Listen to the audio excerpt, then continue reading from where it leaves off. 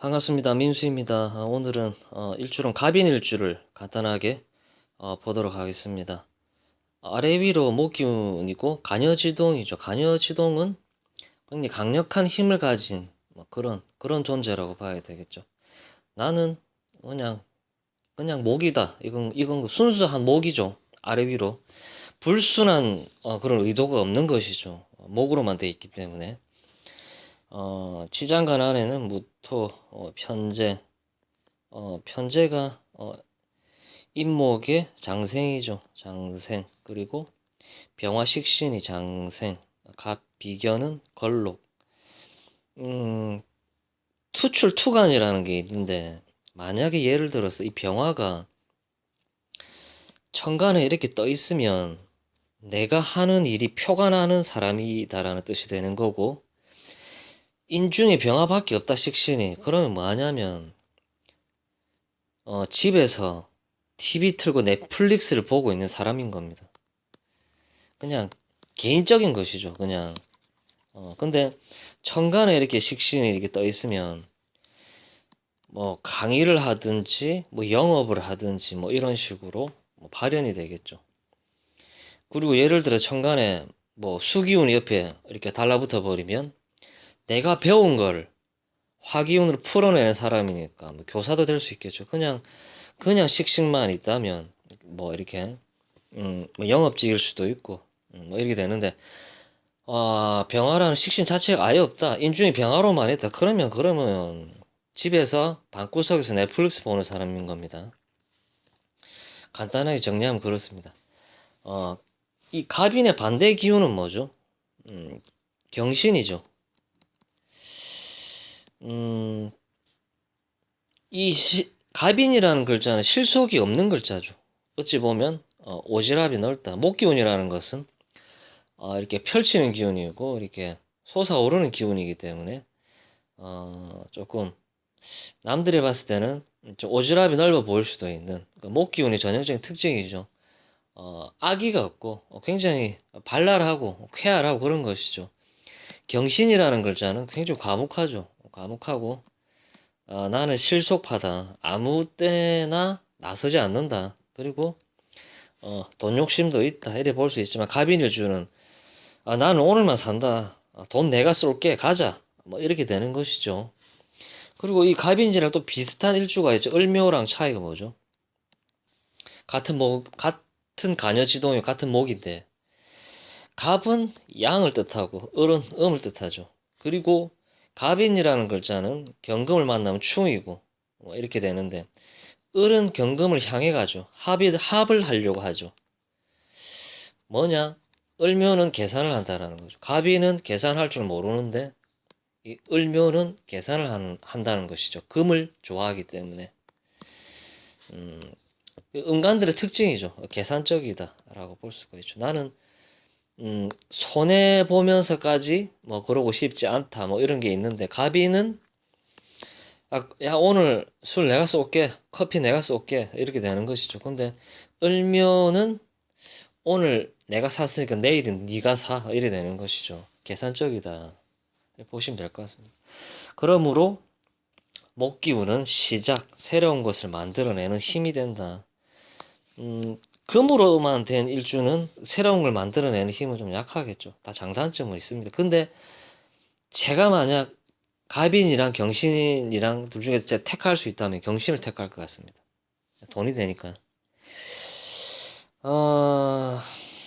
그리고 제가 일주론을 하고 있는데, 옛날 같은 경우에는 월지라든지 연지가 굉장히 연지를 기준으로 해서 뭐 공망도 보고 연지를 기준으로 해서 뭘 보고 이렇게 하는데, 요즘 같은 세상은 스마트폰을 들고 다니고 굉장히 개인화된 세상이 돼버렸죠.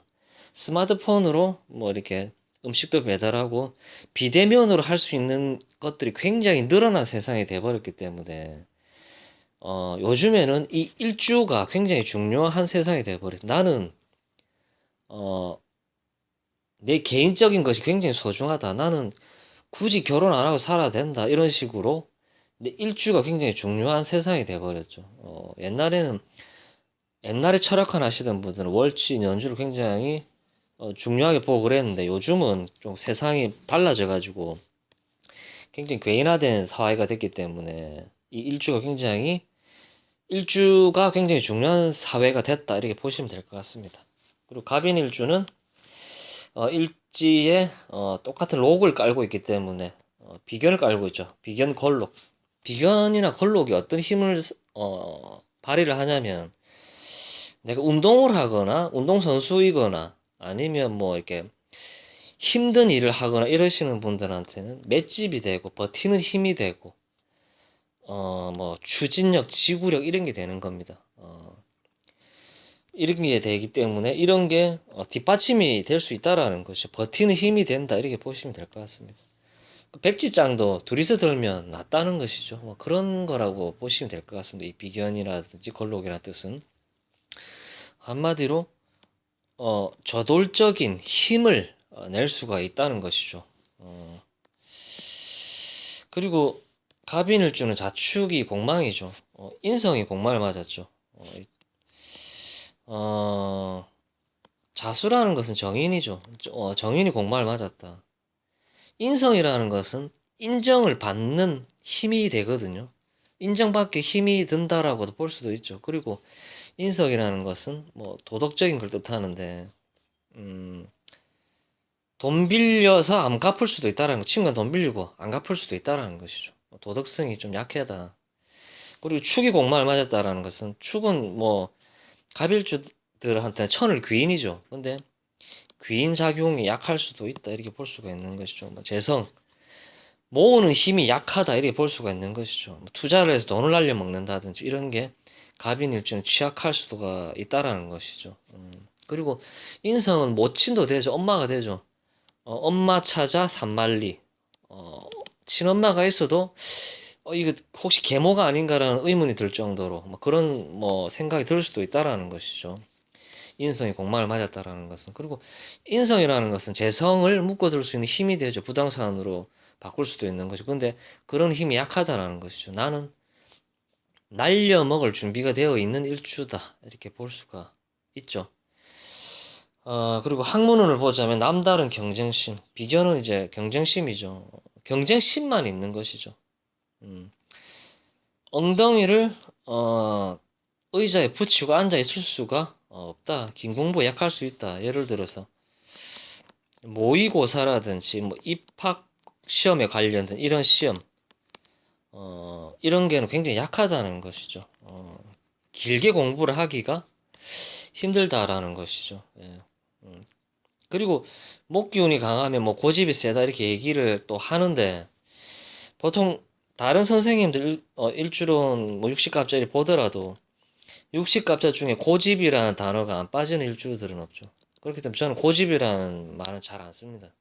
고집 없는 사람이 자기 의견을 개인화된 세상이기 때문에 자기 의견을 내세우는 세상이기 때문에 고집 없는 사람들은 없죠. 그래서 이 사람 고집이 참 센데 그건 맞춘 게 아니고 고집 없는 사람이 어디 있습니까? 맞죠? 자, 이번엔 결혼을 볼게요. 비견은 배우자를 다툼으로 결혼이 늦어질 수가 있다.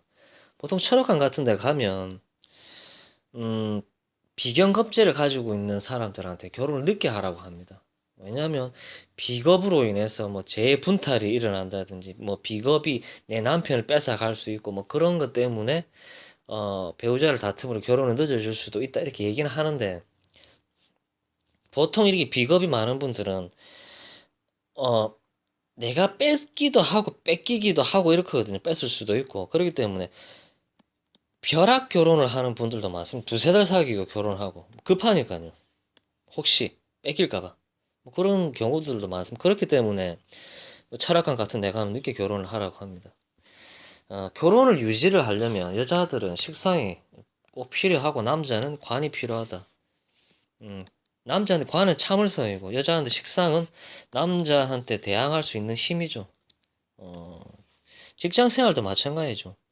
식상이 없는 분들은 시킨 것만 하지만 식상에 있는 분들은 유도리가 있기 때문에 요거 끝내놓고 다음 일이 이렇게 이어질 거기 때문에 내가 미리 이걸 준비를 한다라는 것이죠. 근데 식상이 없는 분들은 시키는 것만 하기 때문에 어, 관리자들하고 트러블이 많죠. 위 상사라든지.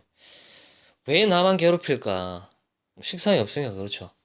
대항할 힘이 없다. 내가 이 사람한테 유도리 있게 할 수 있는 직장 상사한테 유도리 있게 대하는 능력이 떨어진다라는 것이죠. 식상이 없으니까. 자, 직업적으로는 뭐 교육, 유경, 학원 사업, 요식, 건설, 뭐 이런 쪽에 직업이 많이 발현이 되는데 조건은 화대운에 걸려 있거나 금대운에 와야 되겠죠. 그런 조건이 들어갑니다. 대운이. 금대운이면 참 좋겠죠. 그리고 특징 사항으로는 결혼에 늦어야 좋다. 아무래도 이 비겁이라는 게 분탈작용이 있기 때문에 요즘은 뭐 비겁이 있다고 해서 다 그렇지만도 않습니다. 그리고 목기운이 많으면 실속이 약해질 수 있다. 금이라는 것은 쥐는 힘이거든요. 내 것을 놓고 내 것을 쥐고 안 놓으려고 하는 그런 행위고, 목기운은 난 너한테 좀 퍼주고 싶어, 뭐 그런 거기 때문에 목기운이 많으면 부자가 되기 힘듭니다. 아무래도 사람들한테 잘 베풀고 뭐 이런 기운들이기 때문에 금이 많으신 분들은 내 걸 쥐고 안 놓으려고 하기 때문에 약간 옹졸해 보일 수가 있는 것이죠. 다 장단점은 있습니다. 어쨌든 목이 많으신 분들은 대운이 이렇게 신유술로 가면 참 좋겠죠. 그런 거니 그럼 참 좋겠죠. 어쨌든 오늘도 일주로 오늘 제가 간단하게 이렇게 갑인일주에 대해서 간단하게 이렇게 했습니다. 저 같은 경우는 좀 짧게 하는데 일주 하나를 가지고 이렇게 40분 이상 이렇게 설명을 하시는 선생님들이 많은데 굉장히 존경스럽고 부럽습니다. 저는 좀 지식이 짧아서 그런 건지 모르겠는데 길게 뭔가를 못할 것 같습니다. 이렇게 그냥 간결하고 엑기스 위주로 해서 이렇게 제 나름대로의 제 머릿속에 나오는 걸로 이렇게 앞으로도 계속 해 나가겠습니다. 네, 짧고 굵게. 예. 어쨌든 시청해주신 구독자분들 감사드리고 좋아요, 구독은 필수입니다. 예, 필수입니다. 앞으로. 어쨌든 시청 감사드리고 좋은 하루 되세요.